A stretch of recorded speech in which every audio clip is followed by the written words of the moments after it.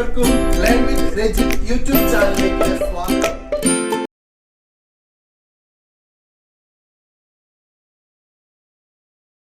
Of teaching the subject എന്ന ഭാഗത്തു നിന്നുള്ള ചോദ്യങ്ങൾ നമുക്ക് പരിശോധിക്കാം. ഇന്ന് നമ്മൾ ചർച്ച ചെയ്യുന്നത് 2016 കേരള PSC നടത്തിയ HSA Tamil, HSA social science എന്നീ പരീക്ഷകളിലെ മെത്തഡോളജി ഓഫ് ടീച്ചിങ് ദ സബ്ജക്റ്റുമായി ബന്ധപ്പെട്ട ചോദ്യങ്ങളാണ്. നമുക്ക് ചോദ്യങ്ങളിലേക്ക് പോവാം. 18ാമത്തെ ചോദ്യം ഇതായിരുന്നു: who was the great psychologist develop the hierarchy of learning process? A. Bruner, B. Gagne, C. Skinner, D. പിയാഷെ. ആൻസർ നമുക്കൊന്ന് പരിശോധിക്കാം. Answer B. ഗാഗ്നെ. നമുക്കറിയാം ബ്രൂണർ എന്ന് പറയുന്നത് cognitive development, stages of cognitive development അല്ലെങ്കിൽ constructivist theory, discovery learning, spiral curriculum തുടങ്ങിയ സിദ്ധാന്തങ്ങളുമായി ബന്ധപ്പെട്ടതാണ് ജെറോമസ് Bruner. ജെറോമസ് ബ്രൂണറുടെ models of teaching ആണ് കോൺസെപ്റ്റ് അറ്റൈൻമെൻറ്റ് മോഡൽ. സ്കിന്നർ എന്ന് പറയുന്നത് ബിഹേവിയറിസവുമായി ബന്ധപ്പെട്ടതാണ്. സ്കിന്നറുടെ ബിഹേവിയറിസ്റ്റ് തിയറിയാണ് ഓപ്പറൻ്റ് കണ്ടീഷനിങ് എന്ന് പറയുന്നത്. സ്കിന്നർ അവിടെ പറയുന്നത് reinforcement, positive reinforcement, negative reinforcement ആണ് പഠനം നടക്കാൻ കാരണമാകുന്നത്. അല്ലെങ്കിൽ ഒരു പഠനം നടക്കുമ്പോൾ അവിടെ പോസിറ്റീവ് റീഇൻഫോഴ്സ്മെൻറ്റ് അല്ലെങ്കിൽ റിവാർഡ് ഉണ്ടെങ്കിൽ ആ പഠന പ്രവർത്തനങ്ങൾ ആവർത്തിക്കപ്പെടുകയും അല്ലെങ്കിൽ ആ പെരുമാറ്റം ആവർത്തിക്കപ്പെടുകയും, നെഗറ്റീവ് റീഇൻഫോഴ്സ്മെൻറ്റ് അല്ലെങ്കിൽ പണിഷ്മെൻ്റ് ആണെങ്കിൽ ആ പ്രവർത്തികൾ അല്ലെങ്കിൽ ഒരാളുടെ പ്രവർത്തനം അല്ലെങ്കിൽ ആ പഠനം ആവർത്തിക്കപ്പെടാതിരിക്കുകയും ചെയ്യുന്നു. അപ്പോൾ പഠനത്തിന് ഏറ്റവും അത്യാവശ്യം വേണ്ടത് റീഇൻഫോഴ്സ്മെൻ്റ് ആണ്. അത് പോസിറ്റീവ് റീഇൻഫോഴ്സ്മെൻറ്റ്, നെഗറ്റീവ് റീഇൻഫോഴ്സ്മെൻ്റ് ആണ് ഒരാളുടെ ബിഹേവിയറിനെ മോഡിഫൈ ചെയ്യുന്നത് എന്നാണ് നമ്മുടെ സ്കിന്നർ പറയുന്നത്. ദെൻ നമുക്ക് പിയാഷെ അറിയാം. പിയാഷെയുടെ സിദ്ധാന്തം വളരെ പ്രധാനപ്പെട്ടതാണ്. പിയാഷെയും സ്റ്റേജസ് ഓഫ് കൊഗ്നിറ്റീവ് ഡെവലപ്മെൻറ്റിനെ കുറിച്ചാണ് പറയുന്നത്. സ്റ്റേജസ് ഓഫ് കൊഗ്നിറ്റീവ് ഡെവലപ്മെൻ്റ് ആണ് പിയാഷെയുടെ തിയറി.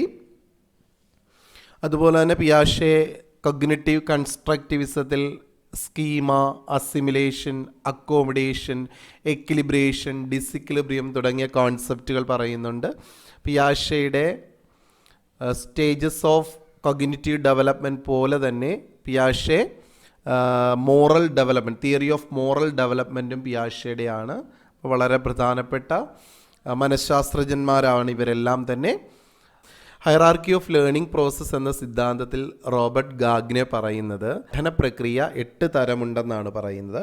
അദ്ദേഹം അതിനെ ലളിതമായ പഠന പ്രവർത്തനത്തിൽ നിന്നും വളരെ ബുദ്ധിമുട്ടുള്ള പഠന പ്രവർത്തനത്തിലേക്ക് തരംതിരിച്ചിരിക്കുകയാണ്, ഒരു ഓർഡറിൽ തരംതിരിച്ചിരിക്കുകയാണ്. അതിനെയാണ് ഹയറാർക്കി ഓഫ് ലേണിംഗ് പ്രോസസ്സ് എന്ന് പറയുന്നത്. ഗാഗ്നെ പറയുന്നത് there are 8 types of learning arranged in a hierarchical order beginning with simple from ending with complex form എന്നാണ് പറയുന്നത്. ഗാഗ്നയുടെ അഭിപ്രായത്തിൽ 8 തരത്തിലാണ് പഠന പ്രക്രിയകളുള്ളത്. There are 8 types of learning process that are signal learning, SR learning or stimulus and response learning, then chain learning or chaining, then verbal association, then discrimination learning, then concept learning, then principle learning, and finally problem solving.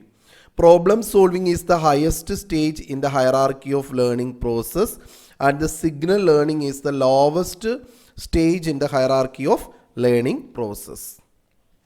The theory of social constructivism was developed by A. Sigmund Freud, B. Kurt Lewin, C. David P. Ausubel, D. Vygotsky. ഉത്തരം എന്താണെന്ന് നമുക്കൊന്ന് പരിശോധിക്കാം. Answer D. Vygotsky. Sigmund Freud അദ്ദേഹം പേഴ്സണാലിറ്റിയുമായി ബന്ധപ്പെട്ട സിദ്ധാന്തങ്ങളുടെ ഉപജ്ഞാതാവാണ്.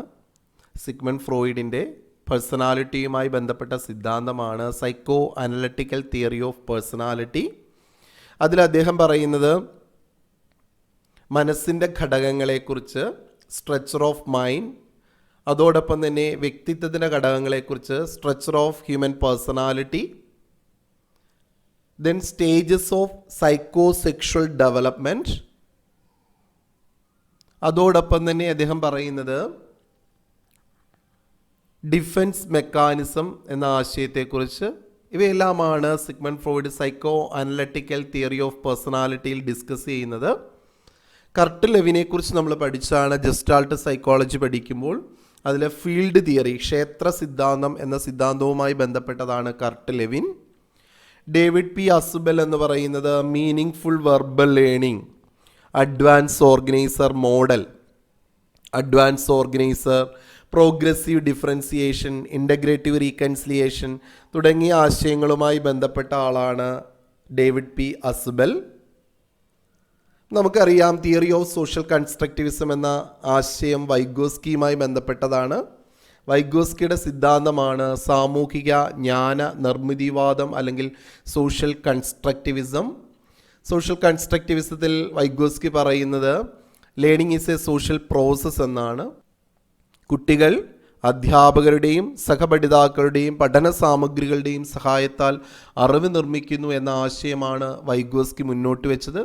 പഠനം എന്ന് പറയുന്ന ഒരു സാമൂഹ്യ പ്രവർത്തനമാണെന്ന് പറയുന്നു. വൈഗോസ്കിയാണ് zone of proximal development ZPD എന്ന ആശയം മുന്നോട്ട് വെച്ചത്. ചോദ്യം 16. Education was included in the concurrent list in the year A 1968, B 1956, C 1976, D 1986. Answer C 1976. എന്താണ് കൺകറന്റ് ലിസ്റ്റ് എന്ന് നമുക്കൊന്ന് പരിശോധിക്കാം. ഇന്ത്യ ഒരു ഫെഡറൽ സ്റ്റേറ്റ് ആയതിനാൽ കേന്ദ്ര സർക്കാരിന് ചില കാര്യങ്ങളിൽ അധികാരമുള്ളതുപോലെ തന്നെ സംസ്ഥാന സർക്കാരിനും ചില കാര്യങ്ങളിൽ അധികാരമുണ്ടാവും. കേന്ദ്ര സർക്കാരിന് അധികാര പരിധിയുള്ള കാര്യങ്ങളെ യൂണിയൻ ലിസ്റ്റ് എന്നും സംസ്ഥാന സർക്കാരിൻ്റെ അധികാര പരിധിയിലുള്ളതിനെ സ്റ്റേറ്റ് ലിസ്റ്റ് എന്നും കേന്ദ്ര സംസ്ഥാന സർക്കാരുകൾക്ക് ഒരുപോലെ അധികാര പരിധിയുള്ളതിനെ കൺകറന്റ് ലിസ്റ്റ് എന്നും പറയുന്നു. വിദ്യാഭ്യാസം എന്നത് കേന്ദ്രത്തിനും സംസ്ഥാന സർക്കാരിനും ഒരുപോലെ അധികാരമുള്ളതായതുകൊണ്ടാണ് ഇത് കൺകറന്റ് ലിസ്റ്റിൽ ഉൾപ്പെടുത്തിയിരിക്കുന്നത്. അടുത്ത ചോദ്യം ഇതാണ് 17. Which of the following is not an appropriate tool for formative assessment? A quiz, B diagnostic test, C term test, D lab report. Answer എന്താണെന്ന് നമുക്കൊന്ന് പരിശോധിക്കാം. Answer C term test. ചോദ്യത്തിൽ പറഞ്ഞിരിക്കുന്നത് not an appropriate tool for formative assessment എന്നാണ്. Formative അസസ്മെൻറ്റിന് അനുയോജ്യമല്ലാത്ത tool എന്താണ് എന്നാണ് ചോദിച്ചിരിക്കുന്നത്. പ്രധാനമായി 2 തരത്തിലാണ് അസസ്മെൻ്റ് ഉള്ളത്, formative and summative assessment. Summation എന്ന് പറയുമ്പോൾ തന്നെ നമുക്കറിയാം, സമ്മേഷൻ എന്ന് പറയുന്നത് ഒരു പ്രത്യേക കാലയളവിന് ശേഷം അല്ലെങ്കിൽ ഒരു നിശ്ചിത കാലയളവിന് ശേഷം നടത്തുന്ന അസസ്മെൻ്റാണ് സമ്മേറ്റീവ് അസസ്മെൻ്റ് എന്ന് പറയുന്നത്. ഒരു യൂണിറ്റ് പഠിച്ചതിന് ശേഷമോ അല്ലെങ്കിൽ ഒരു ടേം കഴിഞ്ഞതിന് ശേഷമോ നടത്തുന്ന അസസ്മെൻറ്റിനെ അല്ലെങ്കിൽ പരീക്ഷകളെ സമ്മേറ്റീവ് അസസ്മെൻറ്റ് എന്ന് പറയാം. എന്നാൽ ഫോർമേറ്റീവ് അസസ്മെൻറ്റ് എന്നത് പഠനത്തോടൊപ്പം തന്നെ പഠനം നടക്കുന്ന അവസരത്തിൽ തന്നെ കുട്ടികളെ വിലയിരുത്തുന്നതാണ് ഫോർമേറ്റീവ് അസസ്മെൻ്റ് എന്ന് പറയുന്നത്. അധ്യാപനത്തോടൊപ്പം തന്നെ അധ്യാപനം നടക്കുന്ന വേളയിൽ അധ്യാപകന് ക്ലാസ് മുറിയിൽ ഉപയോഗിക്കാവുന്ന ഒരു അസസ്മെൻ്റാണ് ക്വിസ് കോമ്പറ്റീഷൻ എന്നത്. ഡയഗ്നോസ്റ്റിക് ടെസ്റ്റ് എന്നത് കുട്ടികളുടെ പഠന ബുദ്ധിമുട്ട് അല്ലെങ്കിൽ പഠനത്തിലെ പോരായ്മ കണ്ടെത്താൻ നടത്തുന്ന ടെസ്റ്റാണ്. അധ്യാപകന് അധ്യാപനം നടത്തുന്നതോടൊപ്പം തന്നെ ക്ലാസ് മുറിയിൽ കുട്ടികളുടെ പഠന പോരായ്മ ഡയഗ്നോസ്റ്റിക് ടെസ്റ്റിലൂടെ കണ്ടെത്താൻ സാധിക്കും. ലാബ് റിപ്പോർട്ട് എന്ന് പറയുന്നതും ഇതുപോലെ തന്നെ ഒരു ഫോർമേറ്റീവ് അസസ്മെൻ്റ് ആണ്. ലാബിൽ എക്സ്പീരിമെൻ്റ് നടത്തുന്ന അവസരത്തിൽ തന്നെ അല്ലെങ്കിൽ എക്സ്പീരിമെൻറ്റിൽ കഴിഞ്ഞ ഉടൻ തന്നെ നമുക്ക് ആ റിപ്പോർട്ട് ലഭിക്കുന്നതാണ്. അതുകൊണ്ട് quiz, diagnostic test, lab report ഇതെല്ലാം ഫോർമേറ്റീവ് അസസ്മെൻ്റ് ആണ്. എന്നാൽ ടേം ടെസ്റ്റ് എന്നത് ഒരു ടേം കഴിഞ്ഞതിന് ശേഷം നടത്തുന്ന ടെസ്റ്റാണ്. ഒരു പ്രത്യേക കാലയളവിന് ശേഷം നടത്തുന്ന ടെസ്റ്റാണ്. അത് സമ്മേറ്റീവ് അസസ്മെൻ്റ് ആണ്. So answer C, term test. അടുത്ത ചോദ്യത്തിലേക്ക് പോവാം. 18. Reliability is a necessary but not sufficient condition for validity. The meaning of this statement is a reliable test will have a certain degree of validity. B, a valid test will have a certain degree of reliability. C, reliable test may be completely invalid and valid test may be completely unreliable. D, test scores can be valid without being reliable. ചോദ്യം അല്പം ബുദ്ധിമുട്ടാണെന്ന് നമുക്ക് തോന്നാം. നമുക്ക് എന്താണ് ഉത്തരമെന്ന് പരിശോധിക്കാം. Answer B, a valid test will have a certain degree of reliability.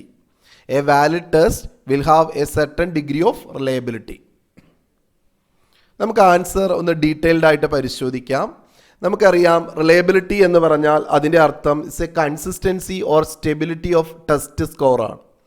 ഒരു പരീക്ഷയുടെ സ്കോറിൻ്റെ കൺസിസ്റ്റൻസിയെ അല്ലെങ്കിൽ സ്റ്റെബിലിറ്റിയാണ് റിലയബിലിറ്റി എന്ന് പറയുന്നത്. ഉദാഹരണം പറഞ്ഞാൽ ഒരു ക്ലാസ്സിലെ വിദ്യാർത്ഥികളെ ഒരു പരീക്ഷയിലൂടെ അവരുടെ മികവ് പരിശോധിക്കുമ്പോൾ അവർക്ക് കിട്ടിയ സ്കോറ്, ആ സ്കോറിന് ഒരു കൺസിസ്റ്റൻസി ഉണ്ടാവണം. കാരണം ഈ ടെസ്റ്റ് വീണ്ടും നടത്തിയാൽ, ഈ ടെസ്റ്റ് എത്ര പ്രാവശ്യം നടത്തിയാലും അവർക്ക് കിട്ടുന്ന സ്കോറ് സെയിം സ്കോറ് അല്ലെങ്കിൽ ഏകദേശം സെയിം സ്കോറ് തന്നെ ആയിരിക്കണം. അങ്ങനെയാണെങ്കിൽ ആ ടെസ്റ്റിന് റിലയബിലിറ്റി അല്ലെങ്കിൽ സ്റ്റെബിലിറ്റി ഉള്ളൂ എന്ന് നമുക്ക് പറയാൻ സാധിക്കുകയുള്ളൂ.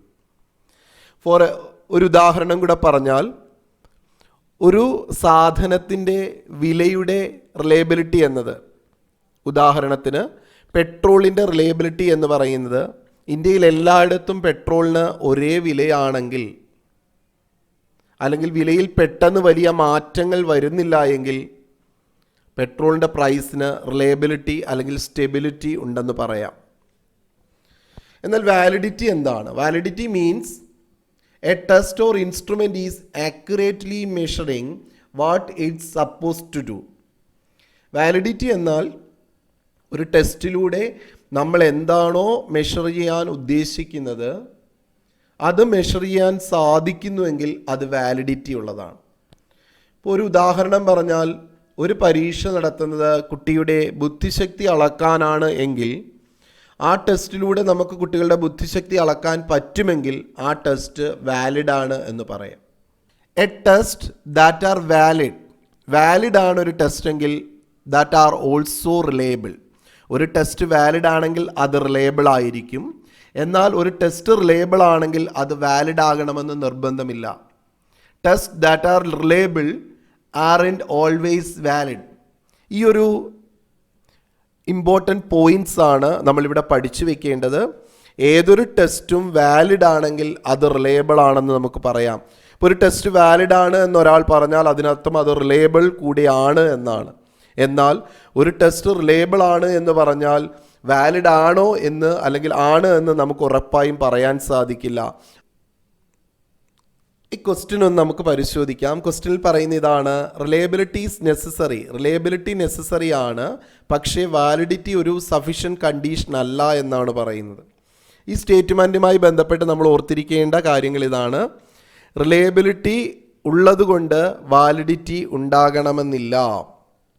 എന്നാൽ വാലിഡിറ്റി ഉള്ള ഒരു ടെസ്റ്റിന് നിർബന്ധമായി എന്തുണ്ടാവും? റിലയബിലിറ്റി ഉണ്ടാവും. ഈ രണ്ട് കാര്യങ്ങളാണ് ഓർത്ത് വയ്ക്കേണ്ടത്. ഈ രണ്ട് കാര്യങ്ങളുമായി ബന്ധപ്പെട്ട് ഏത് ഓപ്ഷനാണ് ശരി എന്ന് നമുക്ക് പരിശോധിക്കാം. രണ്ടാമത്തെ ഓപ്ഷനാണ് ശരി, ബി ആണ് ശരി. ഒരു ടെസ്റ്റ് വാലിഡ് ആണെങ്കിൽ അവിടെ എന്തുണ്ടാവും? റിലയബിലിറ്റി ഉണ്ടാവും. അതാണ് ബി എന്ന് പറയുന്നത്. Valid test will have A certain degree of reliability. അടുത്ത ചോദ്യം ഇതാണ് 19. Which of the following is not one of the steps in action research? A, identifying the research problem. B, collecting necessary information. C, developing a plan of action. D developing a standardized tool for measurement. ഉത്തരം എന്താണ് എന്ന് നമുക്കൊന്ന് നോക്കാം. Answer D developing a standardized tool for measurement. എന്താണ് action research എന്ന് പരിശോധിച്ചിട്ട് നമുക്ക് ഈ ചോദ്യത്തിലേക്ക് വരാം. നമുക്കറിയാം ആക്ഷൻ റിസർച്ച് എന്ന് പറയുന്നത് the process of studying the practical problems of education. വിദ്യാഭ്യാസത്തിലെ അല്ലെങ്കിൽ അധ്യാപനത്തിലെ പ്രായോഗികമായ പ്രശ്നങ്ങളെക്കുറിച്ച് പഠിച്ച് അതിന് പരിഹാരം കണ്ടെത്തുന്നതാണ് ആക്ഷൻ റിസർച്ച് എന്ന് പറയും. ആക്ഷൻ റിസർച്ചിൻ്റെ ലക്ഷ്യമെന്ന് പറയുന്നത് immediate solution of the problem ആണ്. പെട്ടെന്നൊരു പ്രശ്നത്തിന് പരിഹാരം കണ്ടെത്തുക എന്നതാണ് ആക്ഷൻ റിസർച്ച് എന്നതുകൊണ്ട് ഉദ്ദേശിക്കുന്നത്.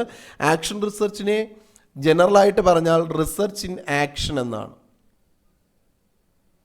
ആക്ഷൻ റിസർച്ചിനെ CV ഗുഡ് നിർവചിച്ചിരിക്കുന്നത് ഇങ്ങനെയാണ്: action research is the research used by the teachers, supervisors and administrators to improve the quality of their decision and action.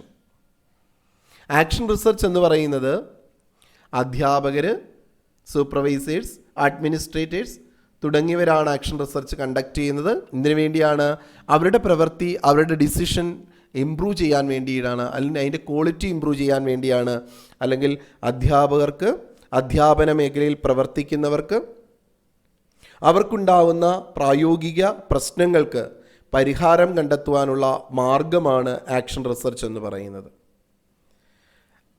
Action റിസർച്ചിൽ ഒരു പ്രശ്നത്തിനുള്ള പെട്ടെന്നുള്ള പരിഹാരമാണ് കണ്ടെത്തുക. വിദ്യാഭ്യാസ മേഖലയിൽ ഉണ്ടാകുന്ന പ്രശ്നങ്ങൾക്ക് പെട്ടെന്നുള്ള പരിഹാരമാണ് കണ്ടെത്തുക. ആ പരിഹാരം കാണുവാൻ വേണ്ടിയാണ് അധ്യാപകർ അല്ലെങ്കിൽ അധ്യാപന മേഖലയിൽ പ്രവർത്തിക്കുന്നവർ ആക്ഷൻ കൊണ്ടുവരുന്നത്. ആക്ഷൻ ഇത് സ്റ്റെപ്സിലൂടെയാണ് അല്ലെങ്കിൽ ആക്ഷൻ പ്ലാനിലൂടെയാണ് അധ്യാപകർ ആ പ്രശ്നങ്ങൾക്ക് പരിഹാരം കണ്ടെത്തുന്നത്.